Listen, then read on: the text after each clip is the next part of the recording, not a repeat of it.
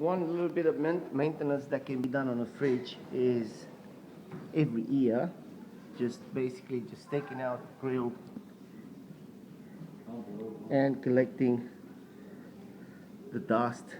It doesn't matter how clean the house is, and it doesn't matter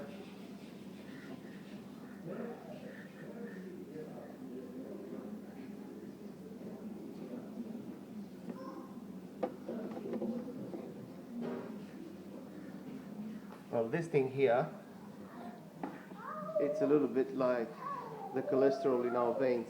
It just blocks your arteries and it cleans the compressor, and it kills the compressor.